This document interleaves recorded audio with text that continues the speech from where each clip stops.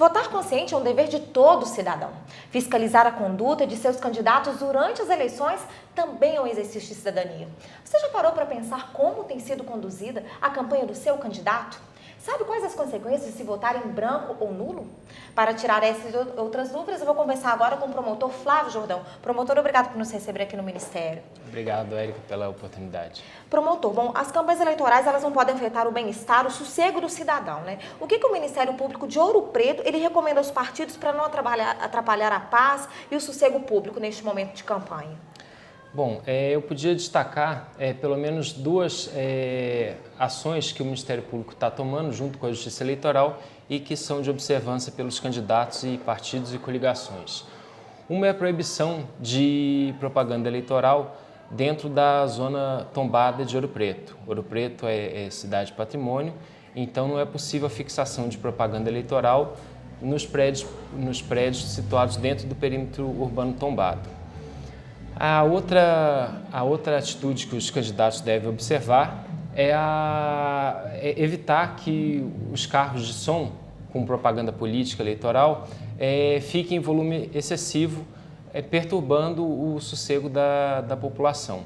O carro de som é permitido, a propaganda política através do carro de som é permitido, mas como qualquer alto-falante colocado na cidade, um anúncio de loja ou qualquer tipo de propaganda, deve respeitar a lei do silêncio, né? Então deve ser num volume considerado razoável, que não perturbe o cidadão, e também deve respeitar os horários máximos de funcionamento.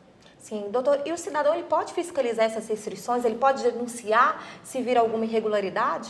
Sim, o Ministério Público e a Justiça Eleitoral têm vários canais para receber reclamações do cidadão.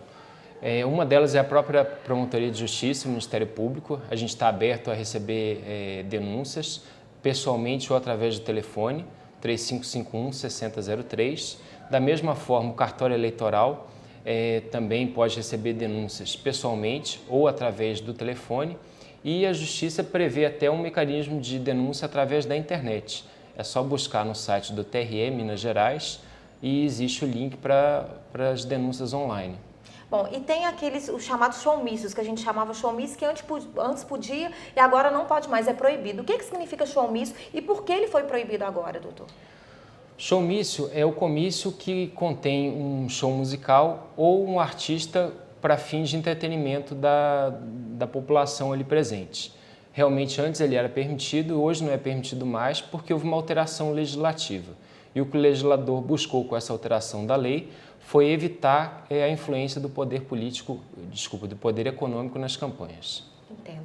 Doutor, falando um pouquinho agora da boca de urna, né, que é um crime recorrente nas eleições, durante a votação, o cidadão, como que ele pode identificar o que é a boca de urna? E se ele identificar essa irregularidade, ele pode denunciar também? Bom, boca de urna é a propaganda eleitoral no dia das eleições. O dia das eleições, o legislador entendeu que é o dia de reflexão do eleitor, então nesse dia é proibida qualquer tipo de propaganda eleitoral. É permitida apenas a manifestação silenciosa do eleitor em quem ele quer votar. Então ele pode usar um bottom, pode usar uma camiseta com os dizeres do seu próprio candidato, mas ele não pode de forma alguma fazer propaganda, nem o eleitor, nem o candidato, nem a coligação. Qualquer tipo de aliciamento de eleitor, tentar convencer o eleitor a votar em determinado candidato é proibido no dia das eleições. E todos os canais do Ministério Público e da Justiça Eleitoral estão abertos para receber denúncia também no dia da eleição. Doutor, e qual que é a pena prevista para quem é pego cometido essa infração? A pena é de detenção de 6 meses a um ano.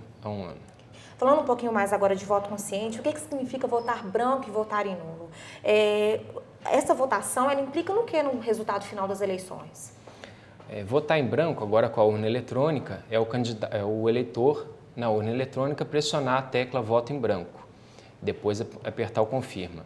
O voto nulo é o eleitor, apertar uma numeração que não corresponda a um candidato validamente inscrito na Justiça Eleitoral. Entende-se que o voto em branco é uma manifestação de indiferença do eleitor ao passo que o voto nulo é um voto de protesto, né? O eleitor que não concorda com os candidatos que estão disputando a eleição. Mas na prática, tanto o voto em branco como o voto nulo não são computados pela Justiça Eleitoral para o resultado da eleição.